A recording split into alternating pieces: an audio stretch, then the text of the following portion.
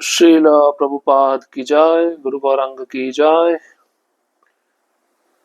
कल के सत्र में हमने एक बहुत ही सुंदर लीला का श्रवण किया, जिसमें मध्वाचार्य किस प्रकार से जब 6 महीने के होते हैं तो अन्न प्राशन संस्कार ग्रहण करते हैं, जिसमें वह अपनी माता के द्वारा जब देखभाल किए जा रहे होते हैं, उनकी माता उनकी बड़ी बहन के अधीन उनको छोड़कर जाती है, जिससे मध्वाचार्य वासुदेव बहुत क्रंदन करते हैं। हर आधे घंटे के बाद रोते रहते हैं और उनकी बहन जब उनका देख रेख कर रही होती है तो उनको समझ में आता है कि ये चुप नहीं हो रहे हैं, तो एक 40 किलो अन्न का बोरा लाकर उनके समक्ष उनकी बहन रख देती है। उस 40 किलो अन्न के बोरे को वह पूरा ग्रहण कर जाते हैं, पूरा खा जाते हैं। एक 6 महीने का बालक इस प्रकार से 40 किलो अन्न के बोरे को कैसे खा सकता है? तो बैल भी इतना अन्न ग्रहण नहीं करता एक बार में, जितना मध्वाचार्य उस अन्न को ग्रहण कर लिए 6 महीने की आयु में। उनकी माता को चिंता होती है, उनकी माता उनके पिता ब्राह्मणों को बुलाते हैं और शांति सूक्त धन्वंतरी प्रार्थनाओं का उच्चारण किया जाता है, उनके स्वास्थ्य की मंगल कामना की जाती है और इस प्रकार से उनकी अन्न प्राशन संस्कार को संपन्न किया जाता है। अब बैल की पूंछ पकड़ना एक और भी बहुत सुंदर लीला है, इसको आज हम श्रवण करेंगे। एक दिन प्रातः जैसे छोटे बालक करते हैं, वासुदेव अपने चारों ओर के संसार को खोजने के लिए स्वयं ही चले गए। वे केवल 1 वर्ष के थे, परंतु वे अपनी आयु की तुलना में बहुत निर्भीक एवं निडर थे। अपने निवास को छोड़कर वह गौशाला गए। जब उन्होंने एक बैल को देखा, वासुदेव ने उनके साथ खेलना चाहा तथा इस कारण उन्होंने उसे उसकी पूंछ से पकड़ा। साधारणतः बच्चे इस आयु में बिल्ली की पूंछ पकड़ते हैं। अपने पीछे वासुदेव को घसीटते हुए अचंभित होकर बैल दौड़ पड़ा। यह एक छोटा बैल नहीं था, यह एक बड़ा बैल था जिसके सींग तीक्ष्ण थे। तो एक दिन सुबह सुबह जैसे छोटे बच्चे करते हैं, वासुदेव अपने चारों ओर के संसार को ढूंढने के लिए, खोजने के लिए स्वयं ही बाहर चल दिए। और उस समय उनकी आयु 1 साल की थी। अब 1 साल का बच्चा होता है, उसके मन में इच्छा होती है बाहर संसार में क्या है, तो उसको देखने के लिए वह बाहर जाने का प्रयत्न करता है। लेकिन अपने 1 वर्ष की आयु की तुलना में वह बहुत अधिक निडर थे, निर्भीक थे, डरते नहीं थे किसी से भी। अब अपने निवास को छोड़कर वह गौशाला गए। उन्होंने एक बैल को देखा। ये बैल कोई छोटा मोटा बैल नहीं था, बड़ा बैल था जिसके सींग बहुत तीक्ष्ण थे, नुकीले थे, तीखे थे। अब बैल को देखते ही वासुदेव ने उनके साथ खेलना चाहा, खेलने की इच्छा व्यक्त की और खेलने की इच्छा से उन्होंने क्या किया, उस बैल की पूंछ को पकड़ लिया। अब इस उम्र में बच्चे बिल्ली की पूंछ को पकड़ते हैं, लेकिन मध्वाचार्य वासुदेव बैल की पूंछ को पकड़ लेते हैं और ये बैल वासुदेव को पीछे घसीटते हुए लेकर चल देता है। बैल आगे आगे दौड़ रहा है, पीछे पीछे उसकी पूंछ पकड़े हुए वासुदेव घसीटते हुए जा रहे हैं। शिशु ने बैल की पूंछ को कस के पकड़ा तथा इस प्रकार वह एक निकट के वन से चढ़ाई क्षेत्र तक घसीटे गए। जब वेदवती अपने पुत्र को नहीं देख पाई तो वह उन्मत्त हो गई। मध्य के भट्ट एवं उनके मित्रों ने संपूर्ण पड़ोस में देखा। गांव के निवासी भी वासुदेव को ढूंढने में लग गए। उन्होंने कुएं, तालाब इत्यादि में देखा, सभी निवासों के भीतर भी, परंतु वह उस बालक को ढूंढ नहीं पाए। वासुदेव के बिना उन्हें ऐसा लगा कि प्राण ही चले गए हों। उनके दुख का कोई अंत ना था।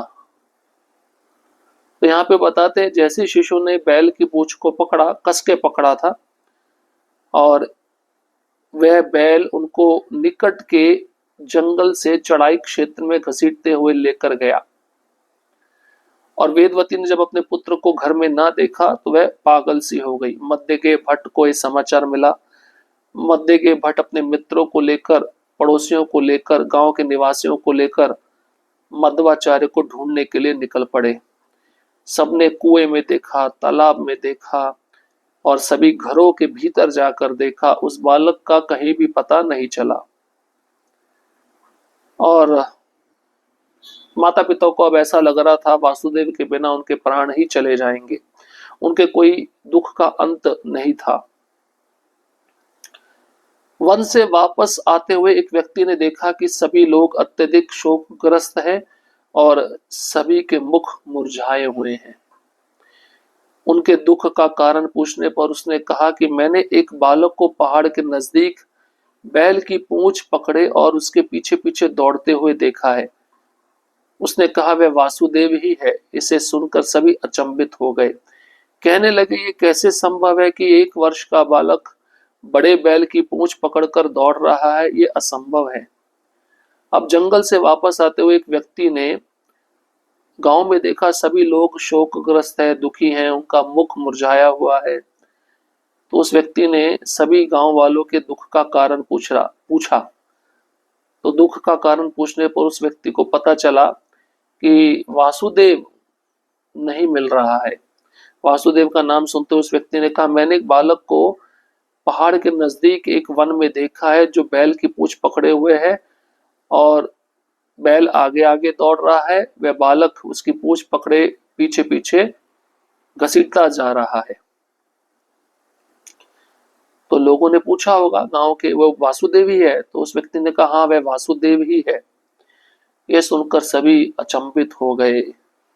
सभी कहने लगे कैसे संभव है कि 1 साल का बालक बड़े बैल की पूंछ पकड़कर दौड़ रहा है, ये असंभव है, ये हो नहीं सकता।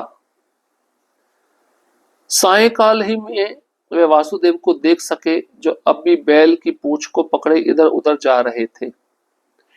वास्तव में बालक उल्लसित होकर उस घटना का आनंद लेते हुए मुस्कुरा रहा था। तब व्यक्तियों ने यह कहते हुए वासुदेव को डांटा, तुम कहाँ चले गए थे? तुमने ऐसा क्यों किया? तुम्हारी माता अत्यंत चिंतित हो रही है, हम तुम्हें कहीं प्राप्त नहीं कर पाए। अब शाम का समय आया। वासुदेव को जब गांव के लोगों ने देखा और तब भी वासुदेव बैल की पूंछ पकड़े हुए इधर उधर जा रहा था। वास्तव में बालक बड़ा प्रसन्न चित्त था, उसके चेहरे पर मुस्कुराहट थी।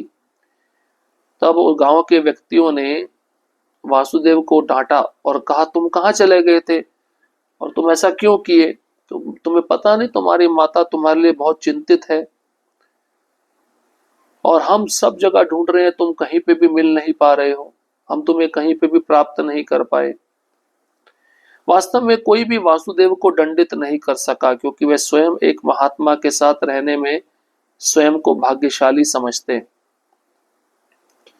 वे बालक से वियोग में दुखित हो रहे थे, परंतु अब जबकि वह उनके साथ पुनः आ गया था उन्हें अत्यंत संतोष अनुभव हुआ, जैसे कि उन निर्धन व्यक्तियों को जिन्हें अचानक ही धन प्राप्त हुआ हो अथवा वैसे भक्तों के समान जिन्होंने निष्कपट रूप से भक्ति स्वीकार की हो जिससे उनका भगवत धाम लौटना सुनिश्चित कराया गया हो। बैल की पूंछ पकड़कर उन्होंने यह प्रदर्शित किया कि वे स्वयं भीम हैं और धर्मराज की रक्षा कर रहे हैं। गांव का कोई भी व्यक्ति वासुदेव को दंडित नहीं कर सका क्योंकि उन गांव वालों को ऐसा लगता था कि हम एक महात्मा के साथ रहने में अपने को भाग्यशाली समझते हैं। वो बालक उनके लिए महात्मा था। लेकिन जब बालक वासुदेव गए तो उनको ऐसा लगा बालक हमसे बिछुड़ गया है। तो बालक से वियोग के कारण वह गांव के लोग सभी दुखी हो रहे थे। अब वह बालक पुनः आ गया है तो उनको बहुत आनंद की अनुभूति हुई, संतोष का अनुभव हुआ। जैसे कोई निर्धन व्यक्ति, गरीब व्यक्ति जिसको अचानक ही धन मिल जाए तो वह खुश हो जाता है ना, वैसे बालक उन गांव के लोगों के लिए धन के समान था। पहले वह बालक चला गया तो वह वियोग में दुखी हो रहे थे, लेकिन बालक जब आ गया तो वह प्रसन्न हो गए। और दूसरी उपमा दी गई जैसे कोई निष्कपट भाव से भक्ति स्वीकार किया हुआ हो और उसका भगवत धाम लौटना सुनिश्चित कर दिया गया तो वह कितना खुश हो जाएगा। तो बैल की पूंछ पकड़कर मध्वाचार्य ने यह दिखाया कि वह स्वयं भीम है और बैल कौन है, धर्मराज की रक्षा कर रहे हैं वह, क्योंकि बैल धर्म का स्वरूप होता है। भागवतम के भी प्रथम स्कंद में बैल धर्म का रूप है और गाय माता पृथ्वी का रूप है। ये दोनों आपस में वार्ता कर रहे होते हैं, एक दूसरे के दुख पे शोक व्यक्त कर रहे होते हैं। तो इस प्रकार से मध्वाचार्य ने 1 वर्ष की आयु में बैल की पूंछ को पकड़कर पूरे वन में भ्रमण किया। बैल भी कोई छोटा मोटा बैल नहीं था, बड़ा बैल था जिसके सींग बहुत तीक्ष्ण थे। तो इस प्रकार से उनकी 1 वर्ष में ये लीला संपन्न हुई। अब अन्य लीला है जिसका शीर्षक होगा पिता का ऋण चुकाना। तो पिता ने किसी व्यक्ति से ऋण लिया होगा, कर्ज लिया होगा, उस कर्ज को मध्वाचार्य कैसे चुका पाते हैं, कैसे अदा कर पाते हैं, तो इसको हम अगले सत्र में श्रवण करेंगे। हरे कृष्ण कृष्ण कृष्ण हरे हरे, हरे राम राम राम हरे हरे। श्रील प्रभुपाद की जय, गुरु औरंग की जय।